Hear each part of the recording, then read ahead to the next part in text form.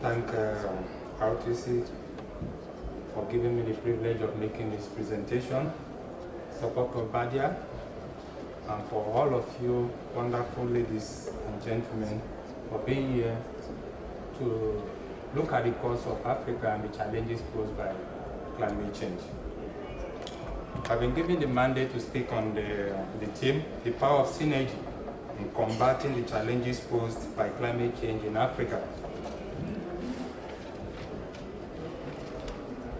My appreciation to you all stems from the fact that for the very purpose you are here in this hall, it's an indication that you are very much concerned about the dear situation in Africa as it relates to the challenges posed to it by the impact of climate change. You are aware that Africa makes the least contribution to the global greenhouse gas emission, but suffers the highest level of impacts and vulnerability. Africa is a promising continent. Africa is a vast continent of diverse people and culture, blessed with abundant human and material resources, but unfortunately, adversely affected by the impact of climate change.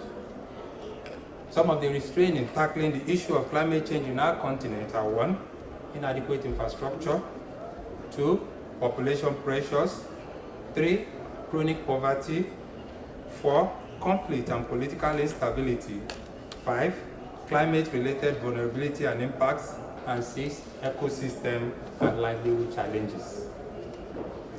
It is at this stage of our existence and the exigency of the time we have that climate-compatible strategies are highly imperative if we must have a voice and create a sustainable development pathways. Climate-compatible development strategies seek to lower emission or keep emission lows, promote development and build resilience simultaneously.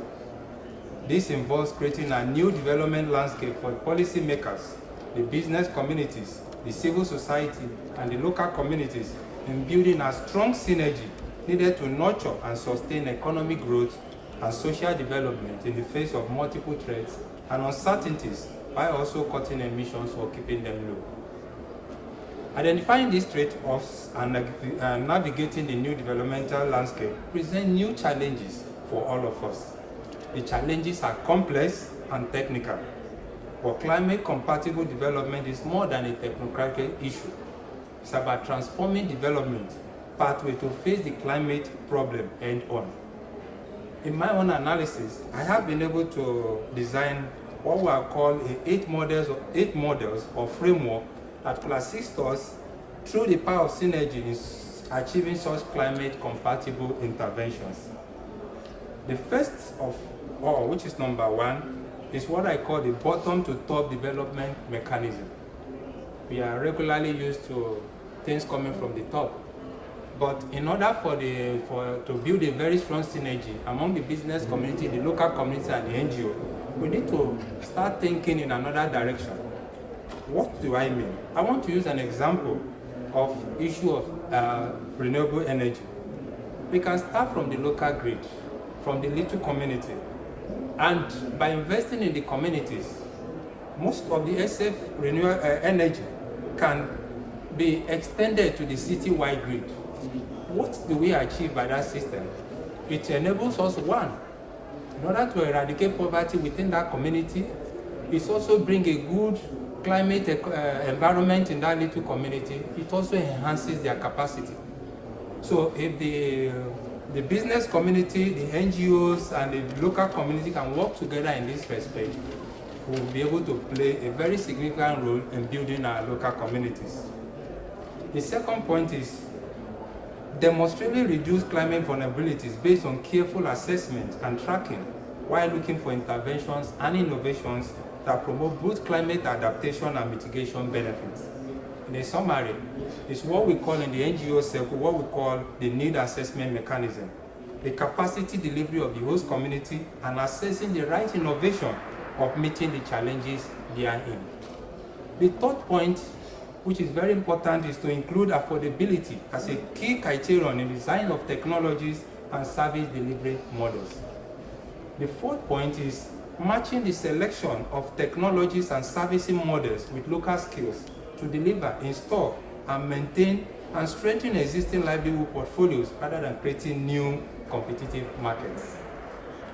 Number 5, we need to push for formal forms of regulation that support informal practices of entrepreneurship, social innovation, and private service provision in the communities, while protecting consumers and employers by enforcing basic standards and limiting negative impacts on health and human environment. 6, we need to increase the political leverage of collectiveness of poor households within the process of city planning and management through mobilizing, organizing, assessing, knowledge, and networking, paying particular attention to the inclusion of annual engagement with women and youth.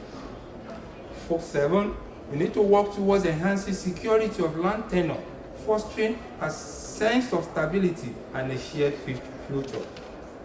And lastly, which is very imperative, we need to take a reflective learning approach to factors in complexity, contingency, and uncertainties, allowing for adjustment within the project cycle.